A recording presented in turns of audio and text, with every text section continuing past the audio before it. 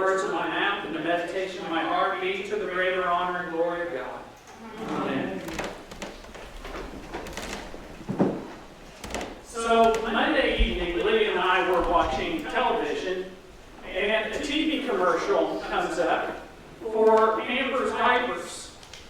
And there's this scene where his mother's just given birth, and they have put this brand new wide-eyed baby on her chest.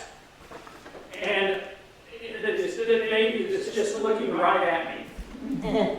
And all of those memories and feelings of being a new father and holding my, just born babies in my hand just came pouring back to me. And I turned to Lydia and I said, let's have another baby. And she started laughing. And if you've been around Lydia enough, you know she gets those coughing spells, kind of like Michael does, about gags and stuff. When she finally got, back to her, where she could talk again, she said, "You realize that would be a miracle in way more ways than one." And she says, "Plus, I think we're a little too old for an adoption agency to give us a newborn baby." So, okay, fine. So then Tuesday morning comes rolling around, and I get into the office, and usually that's kind of the first time I really start reading the readings. So here I am reading this Genesis, not the first one, but the second one, right? And I hear these three men come, and they tell Abraham, we're going to come back around, and in due season, Sarah's going to have a baby. And she laughs. And I thought, yep, that's Lydia's laugh, that's Sarah's laugh. Congratulations.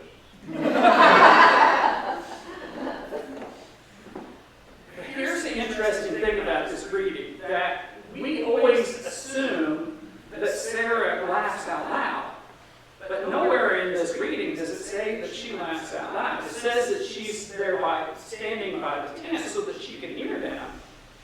But the way that it's interpreted is that when she hears what they say about her having a baby, that in her own mind, she's laughing in her mind, and she's saying, "And now that I'm this old, you're going to give me a child?"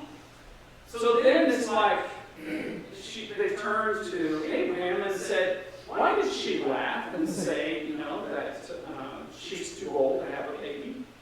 And then she says, "Well, I didn't laugh." But so she's thinking this, but these men have, in their divine power, have heard her say this. This is kind of creepy. There's another important thing about this, is that all the way through this story of Abraham, God has been talking directly to Abraham. So really, this is the God of Abraham. Sarah has just kind of been going along for the ride in all of this. This is the first time that God, or a God being, has spoken directly to Sarah. Think about all the years and the decades that Sarah has heard Abraham say, God's going to give us a son. God's going to give us, all these children. And Sarah has been praying to Abraham's God, and with no result whatsoever. So this, like I said, this is the first time that a God celestial being, the divine being, has spoken directly to Sarah and said, this promise will be fulfilled. But yet, it says, it has ceased being with Sarah after the manner of women. The meaning is, no, this is going to be a miracle, folks. Sarah knew biology. She knew that it was done. It was toast. There's nothing in there that's going to produce a baby. She's thinking to herself, okay, maybe if God had shown up like 50 years ago and said this, yeah, I believe him. But now, no way. Ain't happening. But then it says, is anything too wonderful for the Lord? Or is another part of the Bible, with God all things are possible. The promise is transferred from Abraham to Sarah. God directly answers her prayer. But Sarah denies having laughed. Oh, I never laughed. And then it said, for she was afraid. So why was she afraid? Well, first of all, like I said, she had thought of this stuff in her head. And they say, yeah, we heard that.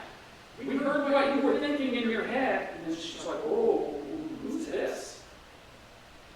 And then also, being afraid of giving, or being given such a wonderful and awesome gift is whenever you're giving something so amazing, like a brand new Gertie car or something, it's like, wow, is this really mine? John shows up with a Lamborghini and says, here, this is yours. And you're like, ooh, I don't want to touch this. Ooh, I'm afraid of this thing. You won't have to worry about it. Plus, think about, here, as old as she is, to be saying, you're going to have a newborn child to raise. With the life-changing experience of that and the fears of that would come up of, can I do this at my age and this, that, and the other? The other thing that's interesting about this is that if Sarah had, before this, if Sarah had told her friends and so on, hey, God's going to give me a baby, they would have laughed at her. But it says that after she had the child and what God had done for her, they were able to laugh with her, which I think is awesome as well. Then I want to shift over a little bit to our gospel reading. That it says in the beginning that Jesus is going around and he's being followed by all these crowds, the sick, the possessed, and he's just doing all these miracle after miracle. But then he says to his disciples, I give you this power and you're to go out and do that as well. It says the crowds were harassed and helpless like sheep without a shepherd. Harassed and helpless. How many of them, those people, had prayed to God for this kind of miracle to happen to them? How many of them had lost hope in their life that something this miraculous could happen? So there's this sick person or somebody with leprosy, and they need a doctor. But here this ragtag group of Galilean fishermen show up and say, yeah, we can cure you of that. And yeah, they're going to probably end up laughing themselves about it. Even Jesus was laughed at. Think about the story of Jairus' daughter, that the synagogue leader Jairus comes to Jesus and says, my daughter is ill on the verge of death. Please come and help me.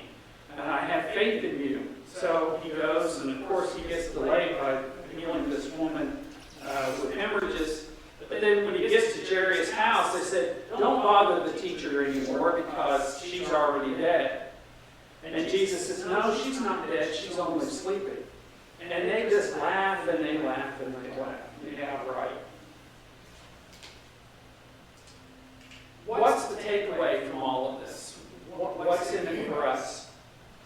I was thinking of the movie Bruce Almighty. And he's mad at God, and so God shows up in a big way and says, all right, you think you can do it better than me? You're going to be God now.